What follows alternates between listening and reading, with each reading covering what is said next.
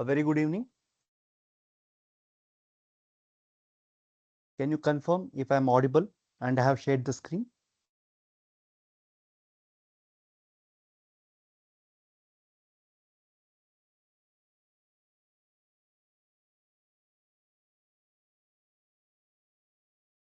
Yeah, thanks for the confirmation, Himabindu. We will wait for another 2 minutes and then we will get started.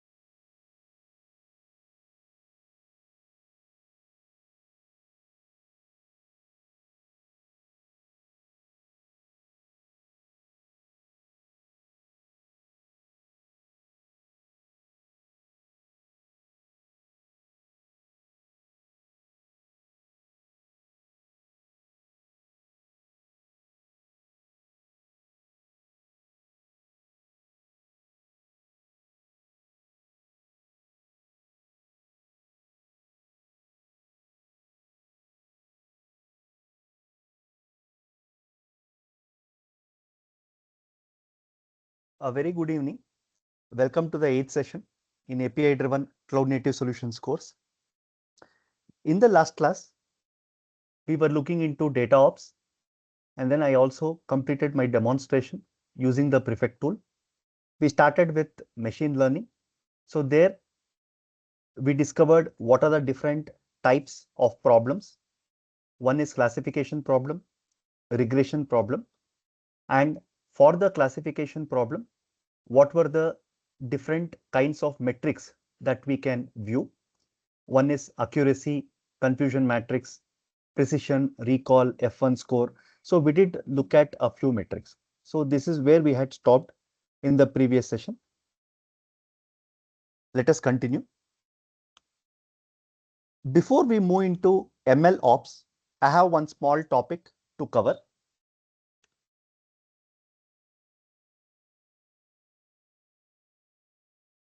The data scientist, as we are aware about the role and responsibility, the data scientist will have the data set and then they have to apply the various machine learning algorithms and try out which algorithm is good based on, we saw the metrics, accuracy, confusion matrix, and precision recall. So which particular algorithm has got the maximum accuracy and which one is good. So in order to do this kind of experiment, the data scientist has got a lot of methodologies that they can follow. So one of the popular methodology is what is called SEMMA methodology. So we will have a look at this particular methodology now. So SEMMA basically stands for sample, explore, modify, model, assess. So the first letter from every word, that is sample, explore, modify, model, assess. So that is what this particular model, and generally the data scientist or the data analyst, they will use this particular methodology to carry out the basic experiment. So let us see what does this SEMMA methodology advise us. So the steps are sample. Okay, I will explain one by one step. So first is the sampling step. Next is explore. So we have seen the exploratory data analysis like the statistics and also exploring the data set, that is the univariate, bivariate, multivariate, exploring the relationship among the variable. Then comes the modification part. Then comes the model. So they can choose or select one or more algorithm and apply it to the data set and then arrive at which model gives the best metrics, and lastly, assess the model. So we will go step by step. Okay, and then I will explain this particular step. And of course, it is recursive in nature. So once the assessment is done, you can see that you can go back to sampling and then repeat the whole cycle. Let us go by one step. The first one is sample. See, generally, whenever we are doing any kind of data science experiment, unlike the COVID data set which I showed you, or the diabetes data set which we discussed earlier, it is not a fixed data set, meaning some thousand rows of data. Okay, the data can be coming in streams and batches. So how does the data scientist decide, okay, how much data to be collected and then carry out the data science experiment? Okay, now this aspect is what is called sample. Okay, to give you an example of this sampling technique, we have Week, Outlook, these India Today kind of magazines, right? So every year they will go to various citizens of the country and they will do one or more of they will use the sampling technique, right? Even if you look at the politics, right? When an election is done, when an election happens at a particular place, you would typically interview certain people who voted and came out, and based on that sample, okay, you would tell this party will get this much votes, this party will get this much votes. Okay, they cannot really go to the population, and every person who has voted, they cannot go and take the data from them, right? So they would take only sample. Similar case here, the data scientist, because the data set can be very huge, the data scientist will only take a sample which is big enough to apply a algorithm and then arrive at a model. Now, this is what is called sample. The second one is exploration. So typically, when you have a data set, you would do the univariate analysis for a single variable like age or gender. Okay, what kind of statistics you can arrive at? Multivariate analysis between multiple variable. We have looked at correlation analysis, Pearson, right? So these are all examples of multivariate analysis which can be performed. So second is basically EDA, exploring the data set. Okay, we have already seen these steps as part of data science, the same step. Third is modification. Sometimes the data set may appear in a format which has to be modified for further processing. Okay, you may want to transform some variable. We have seen encoding technique. So you have data like gender, right? Male, female. You may want to encode it into 1 and 0. Okay, or you may have states, right? We have 29 states in India. So you may want to use label encoder and put like Karnataka 1, Tamil Nadu 2, like that. Just you can put some numbers and convert the categories into numbers. So this step is what is called transformation. Because before going it and applying algorithm, you may want to do some small transformation on the variable. Now this step is called modify. It is not very different from what we have done for data science. I'm just giving you a methodology which the data scientist can follow, okay, for machine learning experiment. So these three steps are done. Fourth is the model.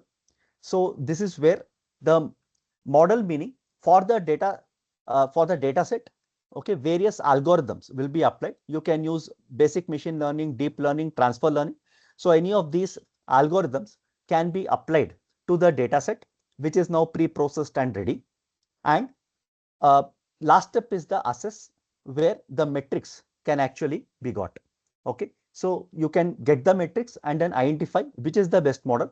Now comes the deploying the best model. So once you select the model, then you can actually put it into production, and from then on, the ML engineer will take it forward. Okay, none of these steps are new as such. Okay, they're all part of the data science process what we saw. But SEMA is a popular methodology which data scientists can follow for machine learning application. I applied the same SEMA methodology for the COVID patient discharge dataset, which I have already talked about many times. So the type of project is data science / machine learning. So sample dataset size 1233 patients suffering from COVID. And I performed the exploratory data analysis, univariate, bivariate, whichever I demonstrated some 2 classes back. So this is the exploration. Modification, I have applied PCA. Okay, now this is a statistical technique, principal component analysis. And next is model. So here feature engineering. So you can see identification of X variable, Y variable, and I applied multiple models like support vector machine, naive Bayes, logistic regression, decision tree, random forest, and so on. Then finally, out of all these algorithms, random forest gave the best accuracy. So I selected that particular model. Okay. So for the same COVID patient prediction dataset, you can just go through how I had applied the SEMMA methodology.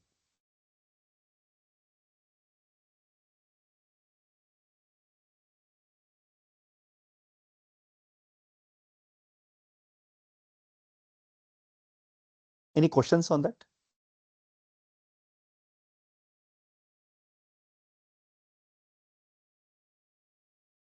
I will enable the mic.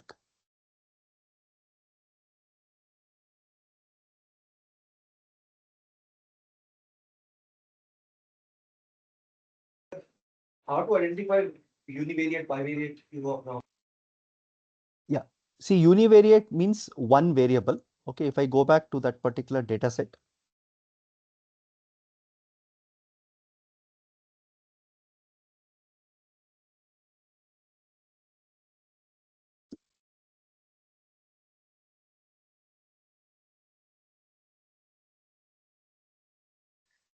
so here in this COVID dataset, if you take gender, okay, alone, now this is a univariate. Uni, as the name tells, one variable, univariate, one variable. Age is one variable. So you can apply some statistics on this. For example, for gender, I may have a histogram which tells me out of 2,200 rows of data, how many male and how many female representation. I may get something like 800 male and 400 female. Okay, this is a univariate statistic. Similarly, for age, I can get a different because this is number, numeric. So I can see what is the minimum age, what is the maximum age, what is the mean age. Are there any outliers here? Okay, so these are some of the statistics which I can perform for the age. So if I take individual columns or features, what we call, okay, and I applied some statistics, this is what is called univariate. Bivariate meaning I take two columns. Bi means two, two bivariate means two variables. So I take age and days of stay. Now both are numeric data, so I can apply Pearson correlation. Okay, so I can find out the correlation. If one variable increases, will the other increase? Will the other decrease? Or if I got categorical data like gender and COVID severity, I can again apply the correlation and see whether they are related or not. So this is called bivariate. You can also use some visualization like scatter plot, we saw that you can do. Multivariate means you can take multiple variables and do some analytics. One example is feature engineering. The feature importance, which I showed you earlier. So for feature importance code, we take all these variables and we see which among them has got the maximum influence on the outcome variable. Outcome variable is this. So when we ran the experiment, we saw earlier that age has got some impact, days of stay has got some impact. Okay, so we arrived at some. So that is called multivariate. Okay, applying, taking multiple variables, okay, and then performing some analytics. So these are the common techniques. Thank you, sir. Welcome. Any other questions? So now we move into a very interesting aspect, ML ops.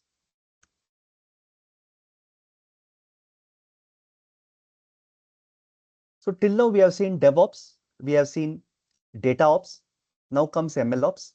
Okay, in ML ops there is one more level of complexity, that is code plus data. These two are already given, plus model. Okay, now three levels of complexity will come into ML ops. And what does ML ops basically mean?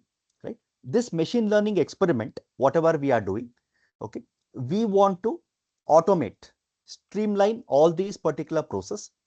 And as part of the machine learning experiment, we are going to get some metrics. If you are doing classification, we are going to get confusion matrix. We are going to get accuracy, precision, recall, right? So these are some of the metrics that we can generate. Now I want to be able to observe these particular metrics. Okay. Now this is what is called ML ops in very simple term. So MLOps stands for machine learning operation. In simple ways, it is a practice to standardize and streamline the process of developing. So you want to develop the machine learning model and deploy the machine learning model. So basically the life cycle of the machine learning model, you want to uh, not only develop, you also want to deploy and then monitor the various metrics. There will be some overlap between the data science and the machine learning. Like for example, even for a machine learning, um, I can say workflow, you would require data collection. Okay, you would require data collection, machine learning model development. Okay, then training. You obviously want to train the model and then deploy the model and overall manage the model. So this is the MLOps lifecycle. Of course, the diagram looks like the DevOps only, but the stages are different. There it was like plan and so on. So here we always start with the EDA, exploratory data analysis. So we explore the data set, the univariate, bivariate, what I mentioned. Then we prepare the data. Then we develop the machine learning model. We train or retrain the model. Okay, we may have to uh, train the model and retrain the model. Okay, initially I may try 80-20 combination, training, testing, then I may go for 80-20 and so on. Then I will review the whole thing. Once I am satisfied and I know that this particular model or this particular algorithm is the best for the particular data set, that model I will deploy it in production. You can see the deploy.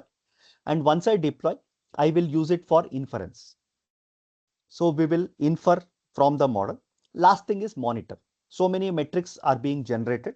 So I would be able to monitor the entire process. So this is the MLOps cycle. Of course, I'll be showing you practically here in some time. So these are the components here. I mean, the same what I mentioned earlier. Let us look at the tools landscape. Okay, it looks like a little bit, this is like very comprehensive tools which are available. It looks a little overwhelming, but let me just pinpoint certain key tools, what we are using. If you take end-to-end MLOps, okay, you can see Amazon SageMaker, which I will give you a demo now. Okay, the Amazon SageMaker, it is an end-to-end MLOps. And from, you can see the Vertex AI. Okay, this is from Google. Similarly, H2O.ai, there are many, on a weekly or a monthly basis, we get a lot of new tools in the market. And coming back to here, okay, what are the other tools? What are very important? One very important tool is ML Flow. Okay, ML Flow, which I will be giving you a demo, SageMaker and ML Flow. Though ML Flow is coming under model versioning, okay, pretty much you can do a few more things. Okay, like experiment tracking, which I will show you. Okay, model versioning, experiment tracking. Okay, these are two activities, and model monitoring. These three activities you can do with ML Flow tool. And if you are using Kubernetes for your deployment, you can also go with Kubeflow. Okay, but let's not go there. We will only look at ML Flow and SageMaker. There are plethora of tools. This is a free one, ML Flow. Kubeflow is also open source and free. ML Flow is from Databricks. SageMaker, it is not free. I will show you a demo today so that you can understand the end-to-end life cycle. But it is not free. Okay, it is paid. So after this class is over, I have to remember to delete, because about 1 year back, I think I had mentioned this. SageMaker, I forgot to delete, the experiment. And somehow 2 days happened. I did not really delete the, SageMaker. I mean, I will show it in Canvas. Actually, that's a domain, what we say. And then almost it cost me 13,000 rupees. Okay, for 2 days. I'm not using it. Okay, I have just created the entire, MLOps cycle. That's all. And I had to pay 13,000 for 2 days. So this is a little costly one. If you are going for production, okay, then you can use SageMaker. Otherwise, for our learning purposes, better to go with ML Flow or Kubeflow. So coming to ML Flow, it is an open source platform. It is from Databricks. Okay, I will not repeat the same. So instead of going through all these things, these are all available on ML Flow website. Okay, I will show you the important things here. Let us take the same data set, which is the COVID data set. and see what we can do with ML flow. So within ML flow, I will have these as my important functions. One is pre-process the data. Okay. Second is train the model. Of course, this is the heart of the machine learning. So I will be applying some machine learning algorithm and I will train my model. And of course, I will evaluate my model. And based on the evaluation, I will come out with confusion metrics, okay, precision, recall, accuracy, all these metrics which I explained in the last class. I am going to come out with all of them, and those things I will be logging. Okay, so pretty much this is what we are going to do with ML flow. Once I show you the demo, you will understand. So the data set remains the same. This I will not repeat. COVID data set, what I showed some time back.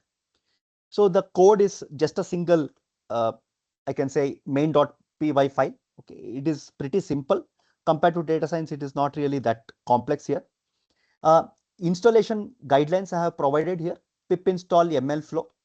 Okay, this is to install the ML flow library. Now, you may want to, once you run this ML machine learning experiment, you may want to analyze certain system parameters. Okay, for example, what is the CPU usage? What is the memory usage? Okay, these things you should be able to do. Right now for my laptop, okay, whatever the CPU usage, memory usage for running the machine learning experiment, okay, I want to log that particular data. Similarly, you may want to run this entire experiment in a virtual machine or on a container. So it doesn't matter. Again, on the virtual machine or container, you may want to understand what is the CPU usage, memory usage. Okay, because all these are part of the ops. Okay, so for that we will be installing a Python library called psutil. It's a utility library by which we can find out if a process is running. PS means process. If a process is running, okay, I should be able to analyze the various system metrics. Steps to run. Okay, this is pretty simple. The command I have given you. ML, once you install pip install ML flow, then it will be available to you. So while running the experiment, you just have to do, I'm sorry, ML flow UI, okay, host 0 minus port 5000. Okay. So you can run it on any other port as well, but preferably the ML flow will run on port 5000. So now let me explain. So the code is, the data set is same, COVID data set. So I am importing some libraries here. I am using sklearn. Okay, and the algorithm I am using is random forest. Okay. Similarly, when you experiment as part of your assignment 1, instead of random forest, you can use any other algorithm. If you are taking a data set for classification, you can apply naive Bayes or support vector machine, any of these algorithms. It will also give you an opportunity to go through and understand the particular code. Now I have sklearn metrics. So I want to measure the accuracy. I want to have classification report. You can see precision, recall, F1 score, confusion matrix. So these are some of the parameters which I want to log. And you want to track. So mlflow.set tracking URI. Okay, I am going to use localhost 5000 to run this experiment. Now let me go to the main and then I will come back and explain. So in my main function, initially I am going to read. You can see read CSV COVID underscore data.csv. Since it is in the same folder, okay, I can just read it straight away. Read CSV. So in case other than CSV, if you are using any other, okay, Excel or JSON or any other format, you have to use the appropriate method here to read any other file. So once I read the file, the first step I'm going to do is pre-process the data. So I call a method called pre-process data, pass this, and I'm going to get my x and y variable. Then I call xtrain ytrain. Okay, I call a method train test split. Okay, so I'm going to split based on 80-20. Okay, x is my x variable, y is my y variable. Then lastly, I call train model. Okay, and I pass my x and y parameters, train the model. So one is pre-process the data, train test split, train model. Last is log to ML flow. Because I am doing all these activities, somewhere I want to monitor, I want to check If you remember in prefect, okay, we set log tracking is equal to true. Okay, so that whatever print I gave, everything was coming on the prefect cloud interface. Similarly here, we have a method called log to ML flow. I mean, this is a method which I have written where whatever is important, we want to write it on the ML flow UI. So these methods I will explain. These are pretty simple. The first one is pre-process the data. Okay, the first one no need to worry. Split the data into X and Y. Okay, so in my data set, X variable is everything except the discharge type. Y variable is my discharge type, right? So X variable means age, days of stay, all these are my X variable. Y variable is my discharge type, and these two I am going to return X and Y. You can see return X, Y. Next is to train the model. So specifically, I am using random forest classifier. And for random forest classifier in Python, you need to pass certain parameters. Okay. Most of the times, since we are not going into the mathematical depth here, it is fine if the accuracy is low. Okay. If the course was on machine learning or applied machine learning, deep learning, then we should have fine tuned the model in such a way I get a higher accuracy, 95%, 98%. Since in our case, the focus is on understanding ML ops, data ops, okay, using those APIs to build our application and not to go too much into the math part. So I'm okay if we end up with a lower accuracy, but at the end of it, we understand the parameter. What is accuracy? Means 80% means we have seen earlier confusion matrix. So we understand, okay, what are these, but we may not be able to achieve the best accuracy. Okay, that is still fine. So for the random forest classifier, it does take certain parameters which you can pass as default. Similarly, if you are using decision tree, if you are using support vector machine, okay, when you use the appropriate class, okay, you have to pass certain parameters. Next is train the model, X and Y, whatever we got, we are training. Then evaluate the model. So for evaluating the model, the method is model.predict. Okay, you are passing the X variable and you are making a prediction. Then comes the accuracy, classification, all these things. So this is a inbuilt method, accuracy score. Okay, and you are printing the accuracy. Then there is a inbuilt method called classification report, which I am printing. Now comes logging to ML flow. So I have a method logging to ML flow, and I am going to log my data. So you can see here, log the model metrics, okay, accuracy, precision, recall, F1 score, confusion matrix. Go ahead. Can you explain the words answer word that when if you want to start from that function this one is Which one? the ML flow function is starting right? The initial few lines with the model is present. This one? It is the same, yeah, this one is function Yeah, to yeah. log model. All right. So there are two aspects to this. Okay, one is we call hyperparameters. Second, we call model metrics. So model metrics, whatever I explained in the last class, that is accuracy, precision, recall, F1 score, confusion matrix. So these are called model metrics. Since it is a classification algorithm, these are the metrics which I get. Okay, I thought of explaining this first and coming here. So accuracy score, precision score, recall score, F1 score, confusion matrix. Okay, and I'm going to capture all these things in various variables here. Okay, this is one part. The second part is that every algorithm you use, like for example, I am using random forest. You may use SVM, you may use naive Bayes. So every algorithm that you use, you may be using some hyper parameters. Okay, in for random forest, there are two hyper parameters. One is called max depth, one is called N estimator. Similarly, if you are using decision tree, okay, one of the parameter is the size or depth of the tree. Okay, you need to pass that parameter. So like this depends on the various algorithm that you are using. There will be multiple hyperparameter. These are all default, right? Max depth 3, N estimator 100. So this is a default value I am passing because I am not too much worried about the accuracy, fine tuning to get the best accuracy. I just want to understand the process. So in ML flow, we are going to have two particular categories. You can see here log underscore param, mlflow.log param.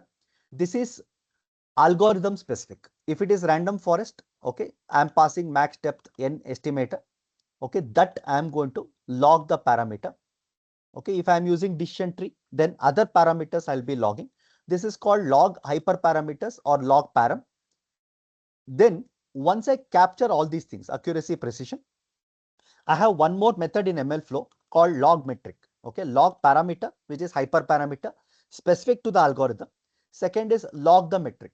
So this log metric is specific to classification or regression problem. Okay, since we are doing classification, when I tell log metric, accuracy, precision, recall, F1 score.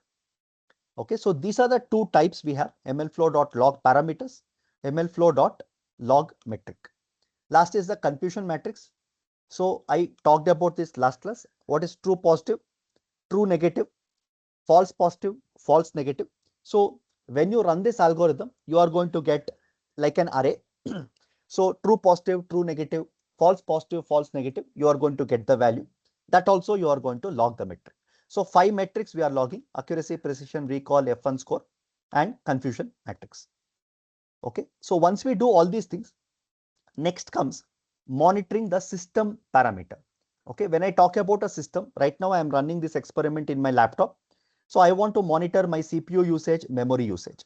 So I am going to use psutil. This is a standard Python library. Okay, and CPU percentage virtual memory. Okay, these are two things I want to have, and I am going to log the metric. What is my system CPU usage? What is my system memory usage? The last is the execution time. Okay, for this experiment to run, how much time has it taken? Okay, so this is standard start time. What is the start time? Then I'm going to call train model. Okay, so how much time it is taking for training the model? Okay, then end time. So end time minus start time, you can see end time minus start time is going to give me the execution time, system model training. Okay, so how much time it is taking to train my model? This is one more, and I'm going to log that metric. Then evaluate model I am calling, then log the model. Okay, so this is pretty much it. Now let me run this and show. I'll take any questions after I execute. So you go up 1 minute. Yeah, this is the code.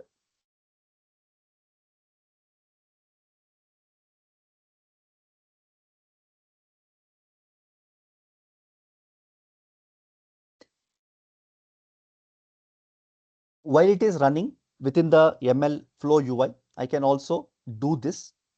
Okay, right click, run in interactive mode. So I can see some print statements here also along with the ML flow UI. Okay, now this will take some time to start.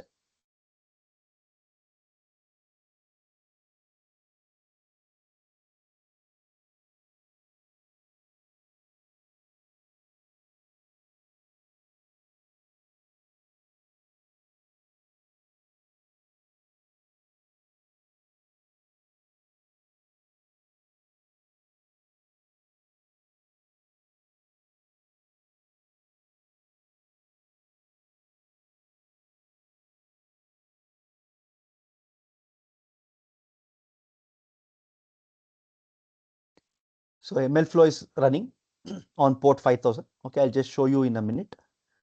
Now, if you want to see some of the output within your, I can say IDE, okay, you can just right click and run in interactive mode, especially the confusion matrix, accuracy, all these things you can see. I will also show you in the ML flow UI in some time.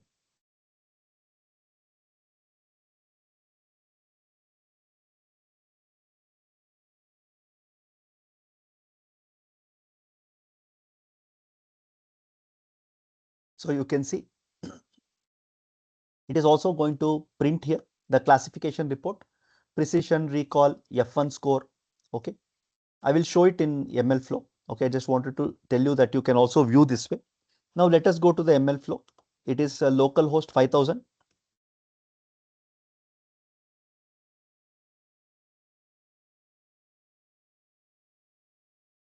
So right now, when you do pip install ML flow, the version is 2.11.1. Okay, and you can see here 37 seconds back, it is run the experiment. You can just click on the first one. So this is, you can see here, there are 4 tabs here. One is overview, model metrics, system metrics, artifacts. Okay, these are the standard metrics. Model metrics, this will tell about the model, the metrics for the model. System metrics, I told you CPU, memory, those things. Okay, I'll come to that. First is the overview. So you can come here, status running. This model is running. This is what I told, logging the metrics, right? I told you that hyperparameters, logging the hyperparameter. So max depth, we logged it. The value was 3. N estimator, value was 100. So this is based on the random forest algorithm, right? So these are the hyperparameters. There are 2 hyperparameters which I logged. Now coming to metrics, there are 11 parameters. It is showing here. So accuracy, 78%.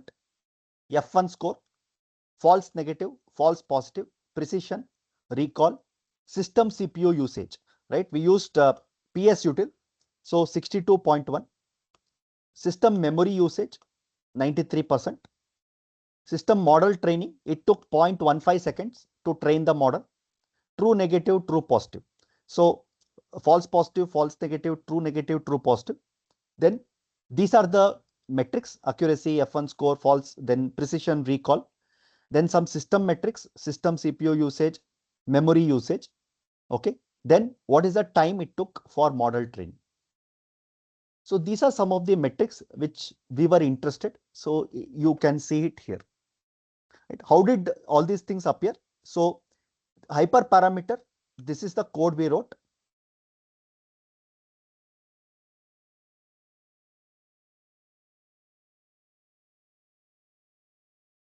mlflow.log parameter, max depth, n estimator. That is what we see here. And these metrics, accuracy, you can see. Yeah. Log metric, accuracy, precision, recall, F1 score, accuracy. Okay, it can come in random order while writing. Then log the confusion matrix. Okay, this is where the false positive, false negative, all those 4 values come. Then we saw the CPU usage, memory usage. Okay, log metric. These are the 2 variable. Then the execution time for training the model. System model training, I called it a system model training. You can see this is the parameter name, and 0.15 second it took to train the model. Okay, so like this, depending on the algorithm you are using, okay, you can come out with various metrics which you can log. I will show you the other tabs and then stop for question. Model metrics, this is a graphical one. Okay, the same like the previous one. So the 11 metrics what we saw here, here also the same thing will come in model metrics, but it will show you in the form of a graph. Okay, like accuracy 79%, F1 score 0.32. Okay, the same 11 parameters, but it is showing you in the form of a bar chart. Then system metrics, okay, no system metric. I mean, it is giving you in the overview, okay, but it is not really logging anything here. The last one is the artifact. This is interesting. So when you go to the artifact means document. So we need to be aware that in any standard environment, whether we go for SageMaker, whether we go for MLflow. So these are some of the common artifacts that we encounter for a machine learning model. One is called ML model. Okay, you can see. Any guesses? What is this format? JSON. YAML. YAML. YAML, correct. Okay. So this ML model, it is appearing in YAML format. So typically it's like a key value pair. You can see all these are auto generated, right? We don't really need to write by hand. The most important thing here is model.pickle. Okay. See, generally we have a format, right? We may use JSON format, XML, YAML, and so on. But generally, whenever you call a model, machine learning model, mostly 90% of the time, it will be in a format. This is a serialized format. It is called pickle format, .pkl. Okay, I cannot really view it like I cannot open it in a JSON file. It is like it's a serialized format. Okay, I cannot view it, but this is the format in which any tool, for example, I have generated this model.pickle in MLflow. I can export it to SageMaker. It will work perfectly, right? So between the various tools, this pickle is the common format in which they can understand. Okay, you train a model, in the end you will get a pickle file, then you will deploy it and anybody can do inference on that. Okay, that format is what is called pickle. And typically right now we don't have here. When I go to SageMaker, I'll show you. You have a registry, right? Uh, where you can register the particular model, and while running the model, it will basically take from the registry and execute the model. But before coming there, this model.pickle is very important. This is the format for storing the model. So within the ML model, okay, pretty much you are seeing most of the thing. One is, I will come to what is Conda here. Model path, okay, model.pickle, it is telling. These are the metadata. Okay, what is the ML flow version? Some metadata it is having on that. And you can see the serialization format is the pickle format. Next is coming to conda.yaml. Okay, so you have multiple, I can say, artifacts in YAML format. Now, there are two important things to understand. One is conda.yaml. Okay, this is of course YAML format. When you write conda, you are going to mention dependencies. Okay, now to run this ML experiment, I used Python 3.10. This is the runtime. I used pip version. Okay, and within the pip, I had to have these things to run my code. I had ML flow, Cloud Pickle. So this model.pickle is Cloud Pickle. I use NumPy. Okay, psutil I showed you in the code. Okay, PyYAML because it is using the YAML format. Scikit-learn for training and all. I use the Scikit-learn. Okay, so you can see here it will basically contain the dependencies which are needed to execute your code. That is what is the conda.yaml. Now there is also requirements.txt. I'll tell you why we require all these things. So requirement.txt also tells the same thing, right? ML flow, Cloud Pickle, it will give you the versions to needed to run your experiment. Now you have one more Python environment.yaml where it is telling what are the dependencies to run. The dependencies minus our requirements. So this is internally using this. Okay, let me clarify why do we had two things. Okay, now when we tell Python environment.yaml, basically we are looking into pip. Okay, if you anybody, what is the difference between pip and conda? Any guesses why we have two formats here? Sir, Conda is for the dependencies for the ML and pip is for installations and the dependencies for the tools we need to install. Okay, one small clarification. See, pip is strongly tied to Python. Okay, pip is a dependency manager, correct? It is strongly tied to Python. Conda, it can be used for any other language. For example, I may have some code in C#, some in Java. Okay, I may want to compile, okay, that code. Then generally, if you go to conda.yaml, you may find apart from pip, okay, there are other kind of dependencies as well. Okay, so this is about conda. But if you go to pip, okay, this is the basic pip. Okay, pip is always Python. That is the reason why they provide you both the environment. So I have it in a slide here. Why we metrics that I showed. Just give me a minute. Yeah, this is Sir, it. one question. Yes, please. So there are multiple, but I'll start from the last one. So we are exporting, I mean, we are capturing this information. So just to make sure if you want to run it under a Docker, so these values can be exported to run as a Docker. Do we have any tool for that kind of facility? Like we can give these artifacts and then these artifacts can be used to build a Docker platform for this or a Kubernetes platform for this panel flow. Uh, Personally, I have created a Docker file manually. Okay, but I think that is a good one to explore whether there is any automated tool as well. Okay, I think that we can explore. But manually, yes, you can build a Docker file. Sir, When we come to like you have okay, I will just complete this statement. When we come to the 13th session, where I'm going to talk about deployment. Right now, we are not talking about deployment yet. So when we come to the 13th session, okay, for the deployment, that time the same model, whatever I'm explaining here, I will be using a Docker file and then I will be using it for deployment. Okay, till that time, I will not explain that, but I have come out with manually. But about a tool which will do the needful, I think even I have to explore. Yes, please go ahead. Sir, in the code you have logged in CPU and memory usage. Correct. So are we using those artifacts or as a those fact as a performance, like, because obviously while we are using, like, in our first semester we have used distributed computing. Okay. So where they are actually, where basically in there were options was there. I mean, the code is being migrated to GPU and then again the output is being captured back to CPU. So are these values being captured for that purpose, or what's the specific reason for capturing CPU and memory information? See, one of the ways is whenever we are running a particular model, okay, if you are, for example, you are using Kubernetes as a deployment, you will be deploying in pods. Okay.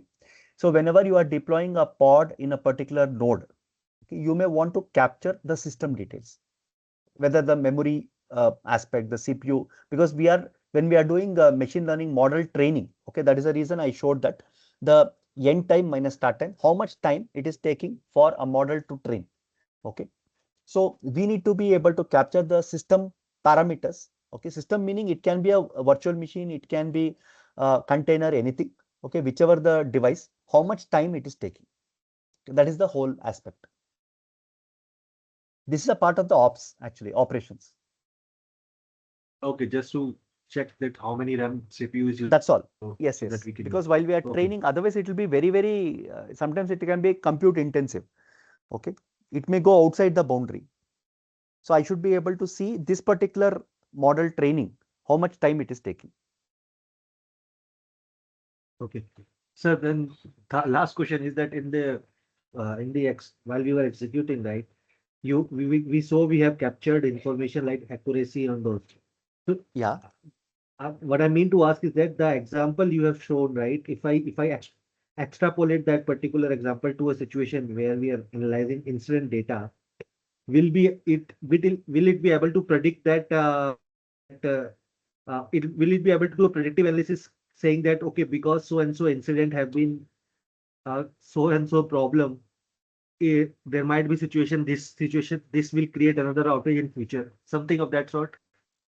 You mean in the live environment, will it be able to offer help, right? Yeah. For example, Definitely. instead of this data, we'll be actually predict. We would like to predict, right, based on the last 6 months or 12-month data. The case so and so situation Yeah, yeah, came definitely. 4 months ago. Yeah. Yes, yes. That, I mean, when we go to SageMaker, I'll be showing that feature. Live prediction. Okay, sir. Live prediction means the actual data. As you mentioned, last 6 months incidents.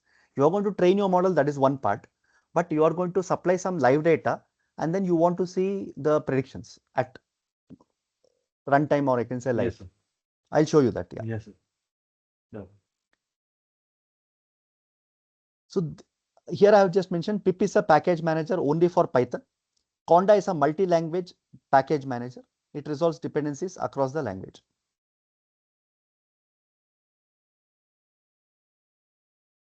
So you can monitor multiple system metrics in MLflow, like you mentioned GPU. Okay, you have a lot of metrics to monitor that. Now I come to SageMaker. Okay, just give me 1 minute. Okay, just give me 1 minute. I will just start with SageMaker. I have to do some setup. Just give me 1 minute. I'll be back.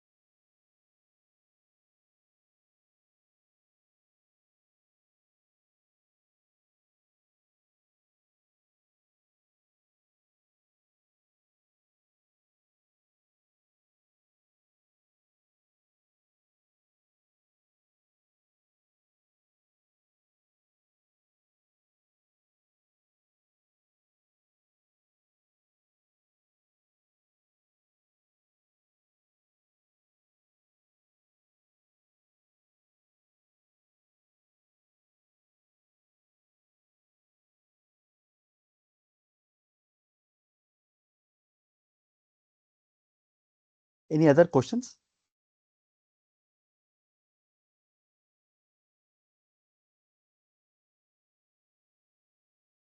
Sir, in the ML flow UI itself, can you please open that once? The experiment which you have shown earlier. Yes. Yeah, and the overview, I think, where that confusion, I think, false negative. So, how these values will be calculated and how does this will be helpful, like from Yeah. the confusion thing? Yeah. Last class, could you attend? Yeah. Okay.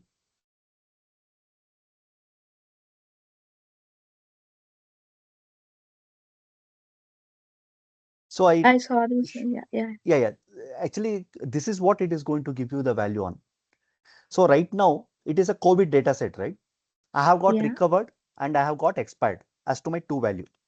So if I come to the confusion matrix, let's assume this is recovered, expired, recovered, expired. True positive means, okay, when you get the, see, right now the system is, I can say, trained on random forest, let's assume, okay, not assumption, it is actually trained using random forest algorithm. So instead of smog, no smog, it will be recovered, expired, recovered, expired. This portion is clear? Yes. Yeah. So now when it comes to the prediction, okay, this is the predicted value, this is the actual value. Okay.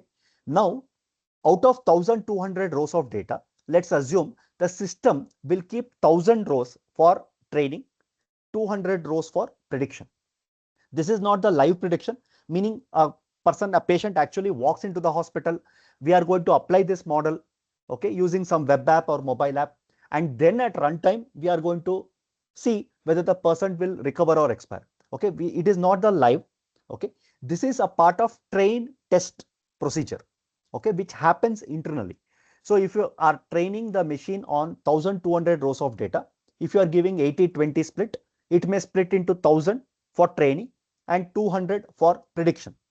Okay, in that case, this is recovered, expired, recovered, expired. So true positive means the system is telling out for the other 200 patients what we are doing the test, system is telling the person will recover, actually the patient has recovered. Okay, true negative, system is telling the patient will expire, actually the patient expired. Okay, false positive, system is telling the patient will expire.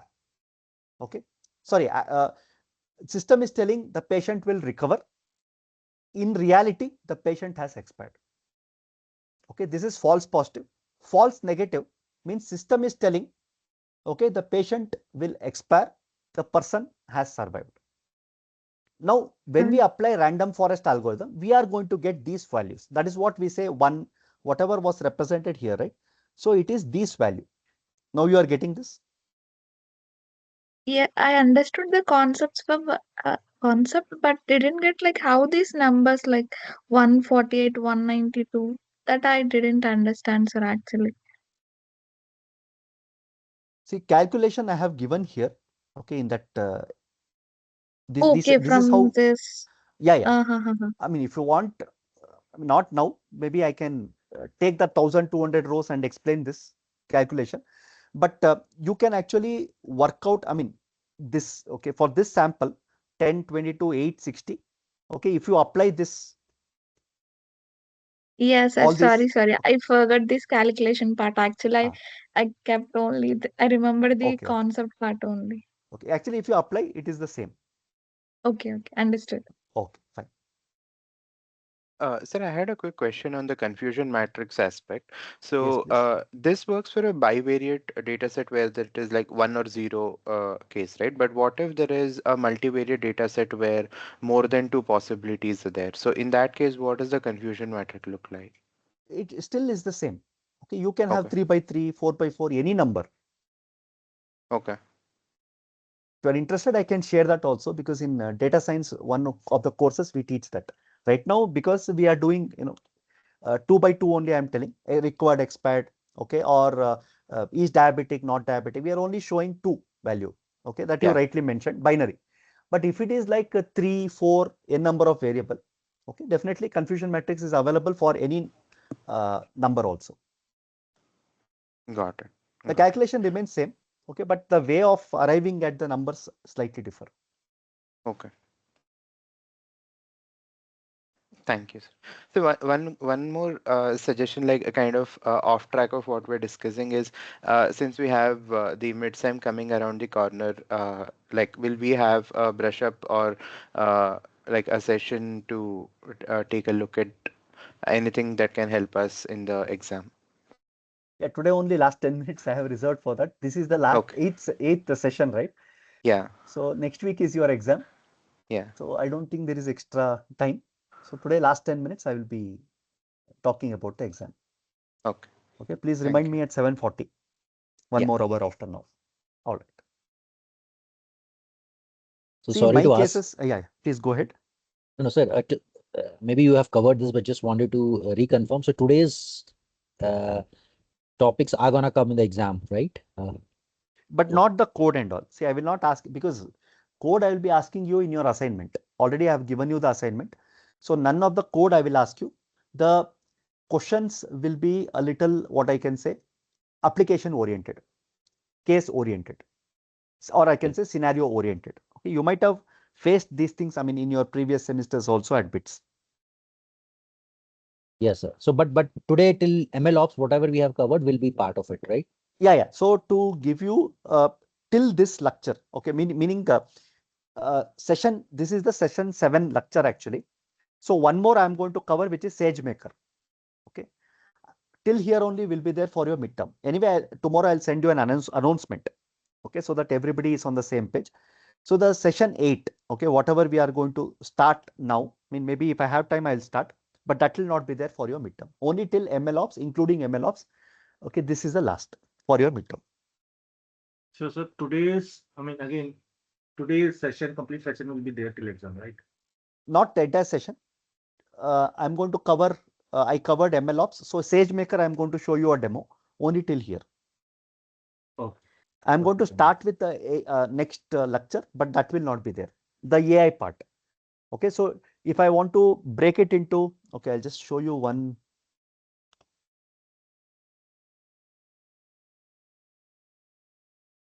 Yeah. So till here, okay, API basics I covered. That is Open API, REST, gRPC, GraphQL. This I covered. API, then Cloud Native application I covered. Okay, this will be there. Introduction to data science and machine learning. This will be there. Data ops, ML ops. Okay, API driven Cloud Native data pipeline, ML pipeline. Only till here it will be there. Okay, though it is called session 8. Okay, I have got some additional sessions. So I will cover the syllabus, not a problem. Till the red and blue ones will be there. Okay, today I'll be starting with the AI application, but that will not be there.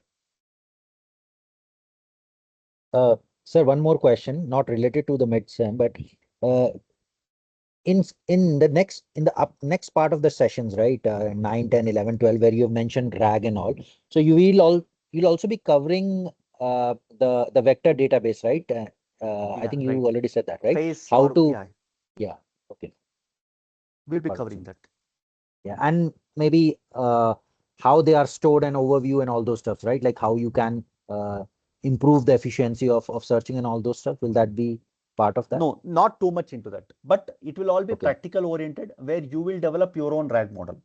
Sure, got it. So, The basics will be covered, like the architecture will be covered, and then implementation, because last time for a course which I take, scalable services, I have implemented RAG model, and then I have come out with one, I can say, application, okay, where the students, I mean, all the material which I have, like PPTs which I show you, okay, all these things I have actually fed and created a RAG model. The students can actually ask any question. So it will be like Shreyas answering them. Okay. Of course, any question you can put it to ChatGPT also, you can get an answer.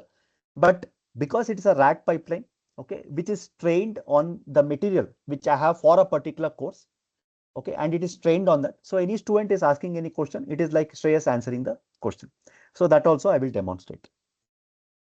yeah, it's not about ChatGPT, sir.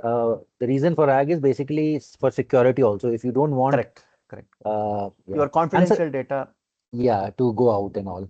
Correct. Other thing is, sir, if possible, can you just give us a brief by end of the semester about agentic AI? What are the use cases and a little bit how we can implement that and the tools, if One that's possible. See, one of the things which I am thinking seriously is we have a IoT portion which I was supposed to cover in 15th and 14th and 15th session. So instead of going into too many domains, we have gone into data science, we have gone into machine learning a little. We will go into AI in depth, okay, and then till RAG we will cover there. So NLP, CV, speech recognition, all these tasks, then fine tuning RAG, we will cover all these aspects, okay. So instead of going into IoT, okay, and then spending 2 sessions there, I was thinking of introducing the agentic AI. Okay, so that at least 2 sessions we can spend on agentic AI and understand the use cases and also do some hands-on, because it is an extension of whatever we are doing as part of AI. Instead of jumping the gun and going to IoT, of course, I will give you a brief introduction, but too much practical may not be. I will definitely include agentic AI. Yeah, sir, because that aligns more as compared to IoT for this course. Because Correct. I do agree on that totally. And going forward, once I complete next semester onwards, I will do that change in the handout also. yeah, sir, thank you. I think that is one of the suggestions I was planning to get, because agentic AI is something really picking up. RAG and all, I think from the chat perspective, we have already market is already coming there, but agentic is something which is unexplored. So if that's possible, it will really help us, sir.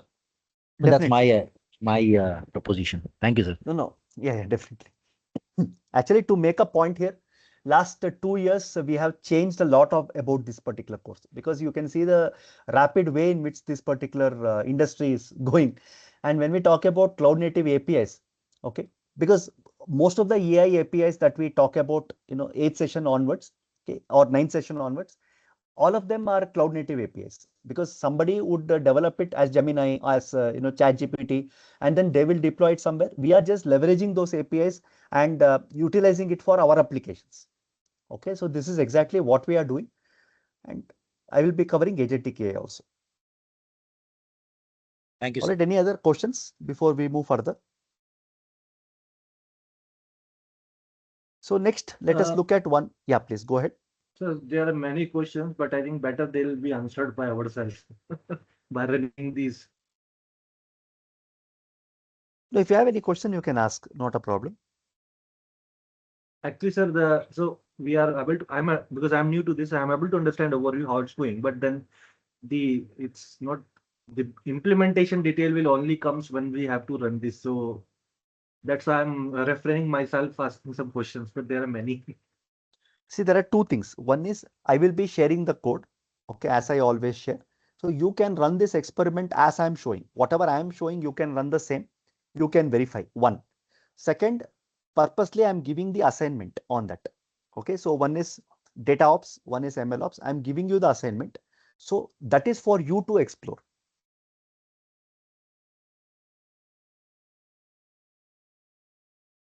Okay, sir. Yeah, actually, we're doing that. Yes, yes. All right. So I'll just close this.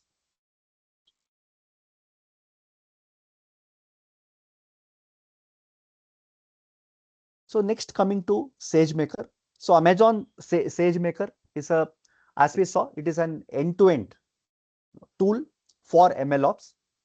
So here to demonstrate, I'll be taking the PIMA Indian diabetes dataset. See, it requires a lot of time.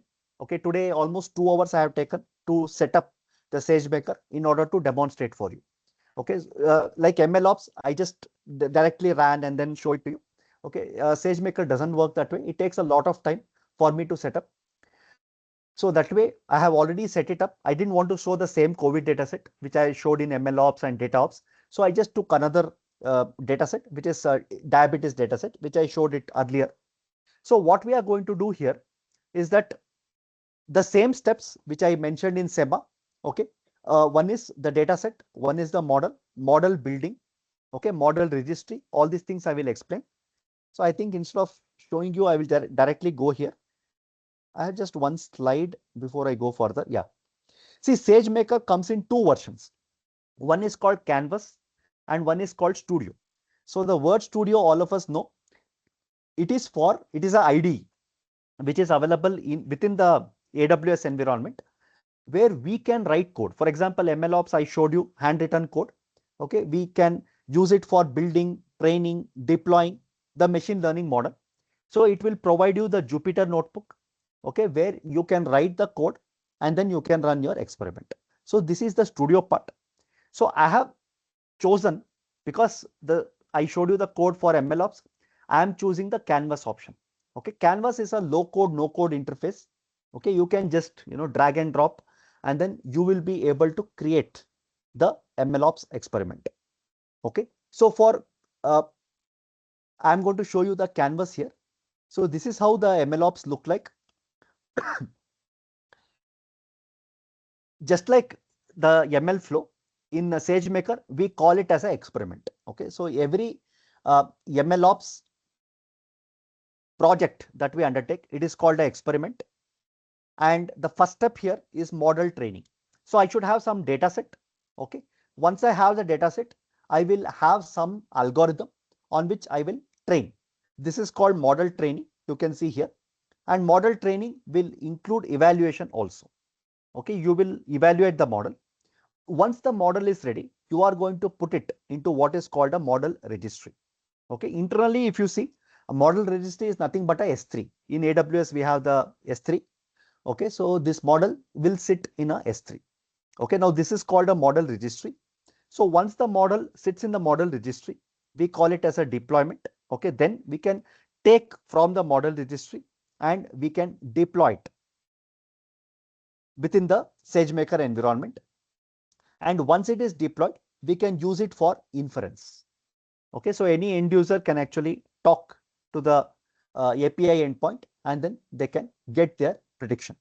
Or you can take the API endpoint.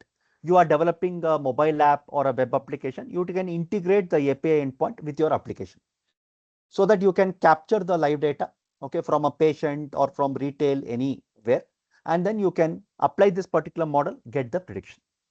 Okay, and of course there is a monitoring part where we can monitor. Okay, so this is the life cycle in SageMaker. I will go and demonstrate. Already I have set up. This takes a huge lot of time. So when you go to the SageMaker Studio, okay, you have multiple options. As I told you, there is a studio and then there is a canvas.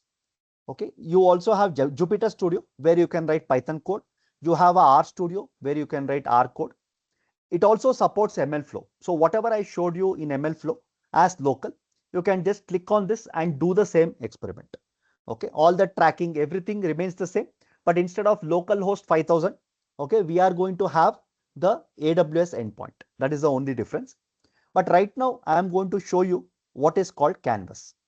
Okay, so you can see here, build and use ML and generative AI model, no code required. Okay, this is called canvas. So my canvas is running. Almost like 2 hours I spent in this. So this is how the canvas looks like. You have a data wrangler component. You have a data set component. You have model MLOps. Okay, so these are the various icons which are available. Now I will first go to the data set. I will go one by one. So when you run the canvas, most of these will come automatically, like this canvas sample. I did not really build all this data set. They come automatically to you. I only gave these two data set. Okay, I will tell you diabetes data set. I will show you what is this data set now.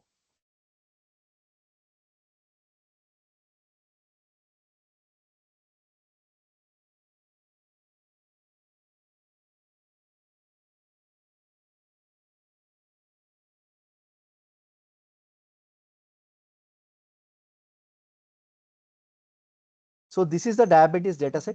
There is a pregnancy column, glucose, blood pressure, skin thickness, BMI. Okay, some values are there, age of the patient. So outcome, it is binary here. Classification, 1 means the patient is diabetic. Okay, this patient is diabetic. 0 means the patient is non-diabetic. Okay, totally there are some 800 or 900 rows here. Okay, so these are my X variable.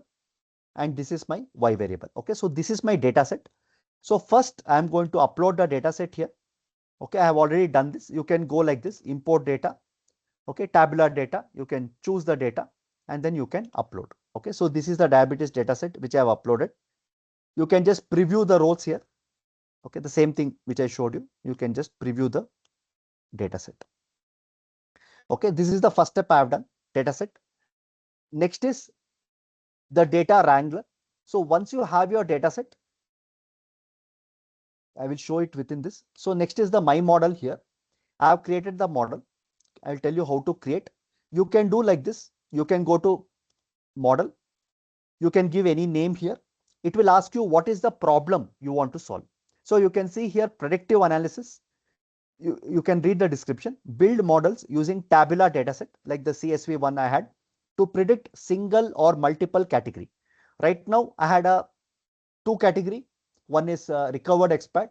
You may have multiple category as well as regression. So you can use it for classification as well as regression or time series forecast also.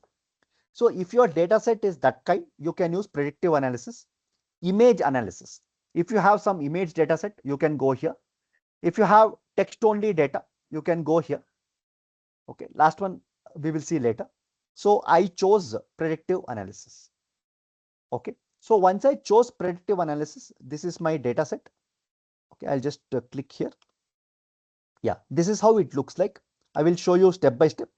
So the first step, you are going to select a data set. The one which I showed you, diabetes data set. Some metadata I will tell you. 9 columns are there. I told 800 rows, 768 rows of data is there. Okay, so this is my data set which I uploaded. Next comes the build part. So when you go to build, right, there are two models in which you can build. One is called quick build. I use this. Okay, still it takes some 15 minutes to do the build. Okay, quick build. The second one is the regular build. Okay, I don't know where that option went. So when you do quick build, it is going to internally apply this particular data set on multiple algorithms. So this is called auto ML. Okay, whatever I'm showing you right now, it is called auto ML. So when we tell auto ML, this particular SageMaker tool will automatically apply your data set on multiple algorithm and it will select the model with the highest accuracy. Okay, you cannot really see internally how many algorithms it has applied. Okay, that is not visible, but you can see what is the model, okay, which has got the highest accuracy that it is selecting for you. So next is once you select the data set, build, it is going to ask you the outcome variable. Okay, right now my outcome variable is recovered or expat, and you can see data visualizer. Okay, so for the data set, it is going to give you a data visualizer. See the correlation matrix which we did programmatically earlier. Okay, it is coming here for this data set. It is going to give you the color combination here. So the range is -1 to +1. This is the correlation matrix, right? So automatically it is doing some analytics for you. So you had columns, glucose, blood pressure, and so on. So it is already created a correlation matrix for you.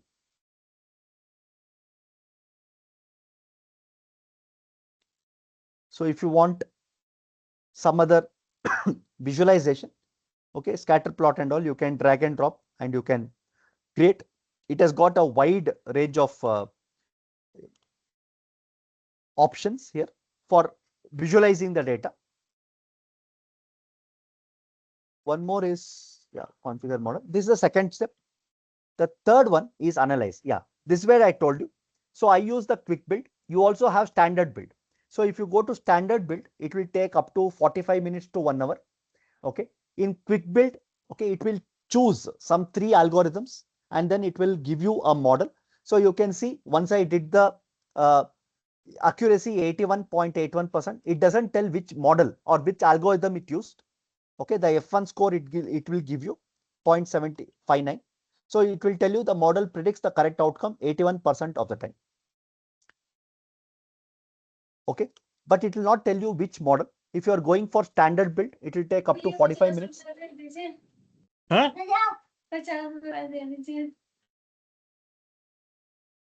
So standard build, it will also tell you which model it is using internally. Okay, but you can be rest assured that given this particular data set, this is the best accuracy that can be achieved. So this technique is called auto ML. Okay, automatically it will only apply the algorithm and get you the best model.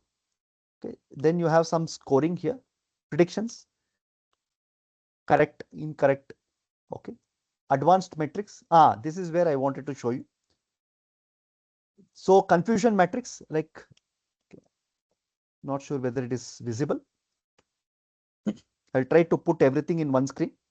So this is the confusion matrix for the data. I told 44 true positive, true negative, false positive, false negative, false positive, true negative. Okay, so this is the uh, confusion matrix. The accuracy is 81%, F1 score 75, precision 70, recall 81. Okay, so you can see that these are the metrics, okay, which we even using ML flow. Okay, these are some of the metrics which we calculated using Python. So here automatically it will give you. So I just wanted to show you both the options. One is programmatically, second is using auto ML. So automatically it will come out with all these metrics for you. So this is the third stage. Any questions still here? We have chosen Sir, the I have a data set. question. Yeah, please go ahead. Sir, if this does not tell which model it's using, then how is this useful? If you go to standard build, it will. I use the quick build. Okay. Okay, but that will take a long time. Almost 45 minutes it will take. It will tell you which model it is using under the hood. Quick build, it won't give.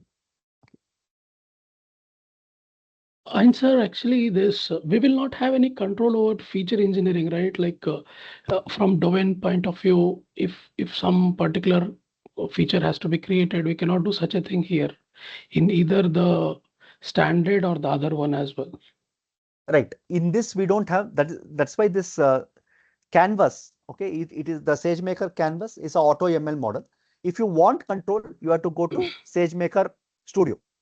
So in the SageMaker Studio, you will get a Jupyter notebook. Like I showed you the ML flow experiment. You can write the code and you will have control there. So these are the two modes. Okay. So this is most like with trial when we just want to have a quick look at the data and just understand. Correct. Especially the data scientist, like for the data set, he wants to do like a quick experiment and then see what is the accuracy that is getting achieved. I mean, obviously, he has to back it up with the actual code. Okay. And most of the data scientists use in AWS environment, the AWS Studio in order to write the code. Canvas is only for, you know, maybe getting a preview of what is possible. Okay. What is the accuracy that kind of. Yeah, got it. Thanks. So does it have some limitation like the how much data it can process and the epoch times internally, how much time is taking? Only it will cost you more, that's all. Okay. You can, I mean, it has, I mean, as far as I have seen, it can take very huge data sets and process. So one is the cost on the processing. Second is the compute. Okay, internally, see, this is interesting.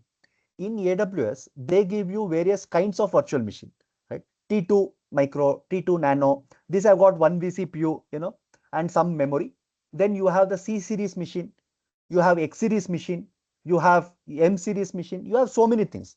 When it is running this particular model for the data set, we don't have any idea what virtual machine it is using. It will only give you the bill on after using the virtual machine.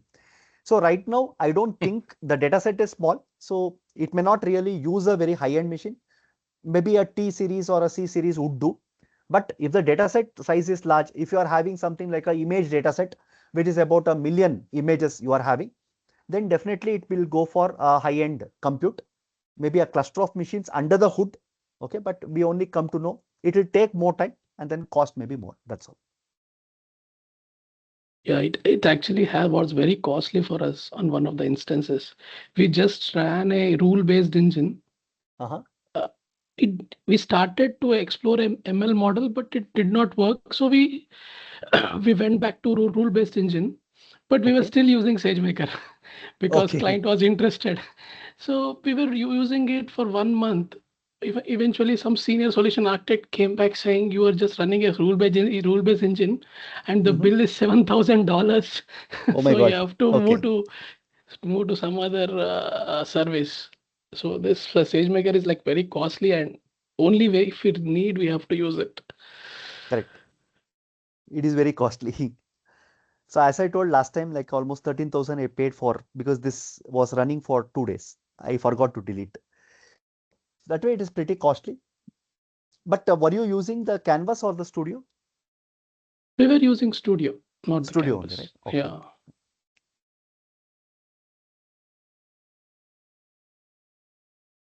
So I'll just show you the two more possibilities. After you analyze, the next step is prediction. So you can see here, you can go for batch prediction, single prediction. Single prediction means you type the variable. I'll just show you one example here. So for the test, okay, now if I go here, single prediction, you can see I'm going for single prediction here. Okay, I can give my value. Okay, 5, 120, 72, 35, 0, 0, 0.5.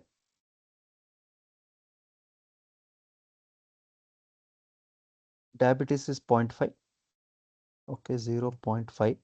BMI was wrong, 30, right? Yeah, this is wrong. Age was 55. Okay, now for this I want to predict. I can go here, update prediction. You can see yes, right? The patient is diabetic. So for this set of value which I gave now, single prediction, I'm doing manual. Okay, I'm not doing automated. There are two options, manual, automated. So manual, I'm going for single prediction, and it is, I can check the value like this. Okay, or let me go for one more kind of prediction. Automatic is there. Okay, I will click on automatic. So in automatic, you can give a data set. I think one of you asked this question earlier. I told you I will show you later. So this is my test diabetes. So I think the question was on, if I have some inventory data of the last few months. Incident data of last few months, then you can actually create something like this. Okay, now this is the test data. Okay, this is the live data. Okay, this is not there within what has been trained on. So except the outcome variable. Okay, this is, you cannot write this except the outcome variable. Okay, you can write your data, incident data. This is the incident data. Now this Excel sheet or whatever, you are going to feed this. Okay, and this is the automatic one. So you can see I can select the data set. Already I have uploaded the test data set. I can do choose data set. It is already uploaded. Okay, I have it with me, automatic, I have uploaded. Okay, now I am going to run the experiment on that. Okay, I go to the job. I have already uploaded that. See, you can see automated here. I want to run that. Okay, I will go to preview. Sir, where we are defining what field we are looking for. See, when we come to the field, when you are giving the test, right? If you are doing classification, this is the outcome what you are looking at, right? Just have this blank. Was that the question? Yeah, so basically the data set which we have uploaded will be having an extra column called outcome. Is it? Oh, these are two separate things. Okay, so see, when you are training, okay, you are going to have this data. This is the label data on which the model is trained. Okay, now when you come to the actual live prediction, okay, you are going to create one more data set which mimics the first one. Okay, meaning mimic, when I say you are going to have these values, only the outcome variable you will not have. The system will predict for you. So, sir, adding to this question, basically what values we have in the outcome, this AWS SageMaker will determine whether it is a classification, outcome is classification or a, a linear value, right? So for example, Correct. if in That outcome it we will have 0, decipher. 1, if we had some Correct. like some numerical values, then it will think that it needs to use logical regression or some linear regression Correct, algorithms. correct. Yeah, that this deciphering, or I can say, is automatic. That it will do. So you can go to preview here. So for those 3 rows which I gave for live prediction. So basically we can use SageMaker to at least know if whatever we are looking is possible or not, and then we can add and then fine tune based on our need. That's right. This is taking a lot of time.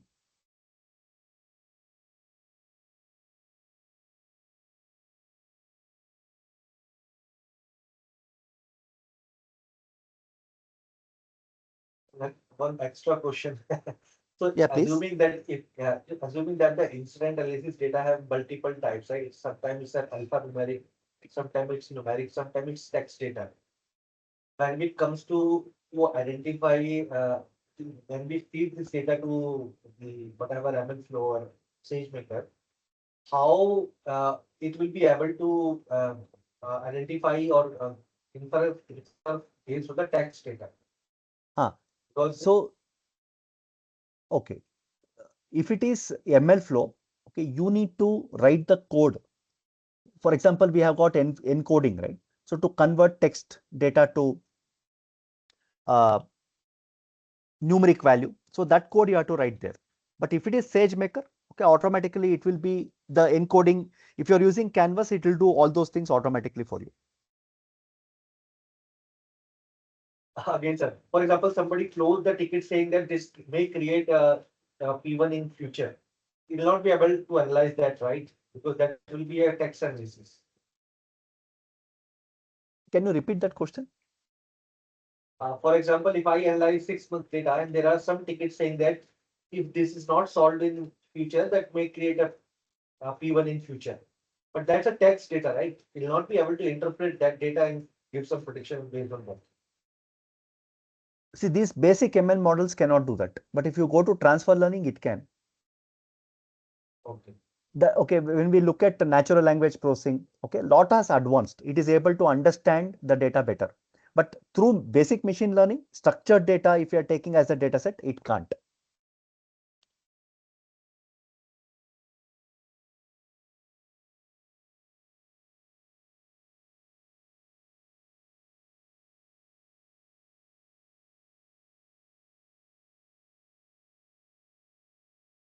Yeah, now it came. So you can see the prediction for the 3 rows. Okay, 1 diabetic, 0, 0, non-diabetic, non-diabetic. Okay, so this is the test data which I uploaded. I didn't have the outcome variable. So for this test data, 5, 120, you can see here, 5, 120. Okay, it is giving me as diabetic, non-diabetic, non-diabetic.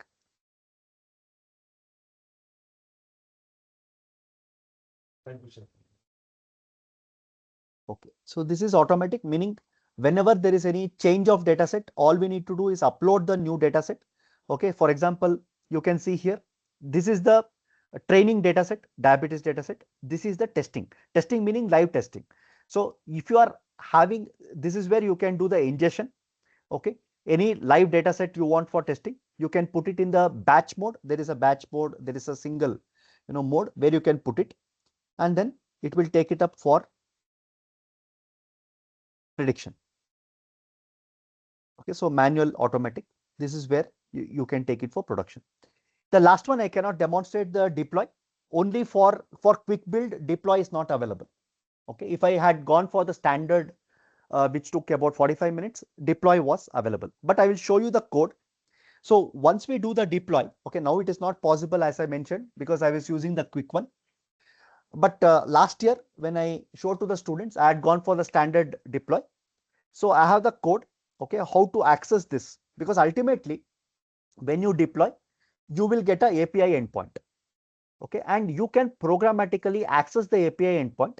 And just like we had done the prediction, right? We are giving a set of value, right? We are giving a set of value and it will give the outcome. So the same thing I can do programmatically when I actually deploy it.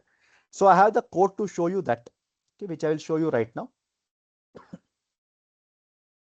This is the last year code. So you can see this is the code. Import Boto 3. So Boto 3 is a Python framework SDK to connect to Sage, to connect to AWS basically. So SageMaker runtime you connect. My SageMaker is running in Tokyo region, so AP Northeast one. You have to give the endpoint. Okay, so you can see last year 2024 15th September I had run this experiment. So this is the API AWS endpoint. Okay, once you deploy, it will give you the AWS endpoint. That endpoint name you just have to give here in your code. The content type is application JSON.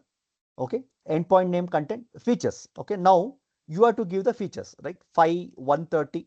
Don't give the y variable. So when I tell 5130, I'm just giving the same thing, right? 5130 whatever 72. So I'm giving all the part here except the y variable, and you will get the response. Okay, so for this data it is giving you 1. Okay, 1 means the patient is diabetic, and it is also giving you some justification. Like for example, 64% it is confident that the patient is diabetic.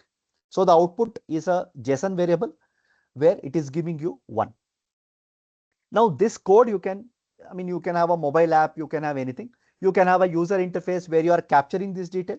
Okay, give me the age, right? So you can have a nice user interface.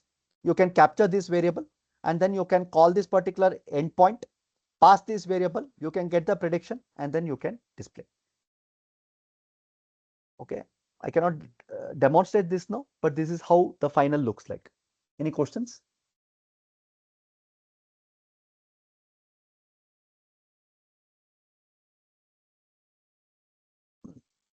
The same logic goes for Studio also. If you are developing using SageMaker Studio, you still get an endpoint the same way. Deployment remains the same. Ultimately, it will be a endpoint through which you can give some data, the test data, and you can get the result. Okay, it need not be a single value. You can also have array of values. Okay, you can pass it as an array and then get the outcome for the various. So you are calling SageMaker runtime dot invoke endpoint. Okay, this is the method. So I hope all of you are clear with this. I just showed you the canvas right now. There is also a studio where you can go and write code just like the ML flow. Okay, you can write. We also have an option to use ML flow. Okay, so you can use R, you can use Jupyter Lab. This is what I told the studio. Then ML flow. Right now I demonstrated the canvas aspect. You can also use Visual Studio Code editor.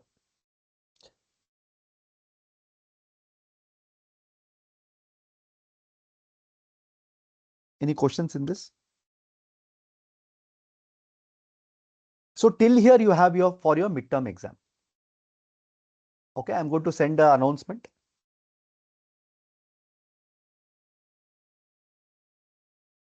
So can we have some sample papers? Last class we discussed for I can give you sample questions. Okay, I will the sample put it questions in. is enough, sir. Yeah, I will do that. Okay, in a day or two, by Monday you can expect the sample questions. I will create in Taxila sample questions. Under that I will give us a few sample questions. Because sir, in this till not what we have studied, there is more of like demos. Theory part is very like I mean to say, if we understand the demos, then we understand the theory. Correct. So it's more concentrated on theory, which is very good. So that is why I just wanted to see like what kind of questions we can expect. That's it. Yeah, no, absolutely. I will share with you the sample questions so that you can understand what are the type of questions that can be asked. Of course, I will not ask you any code. Okay, but whatever the little theory part that we have, that you can be thorough. Sure, sir. Okay.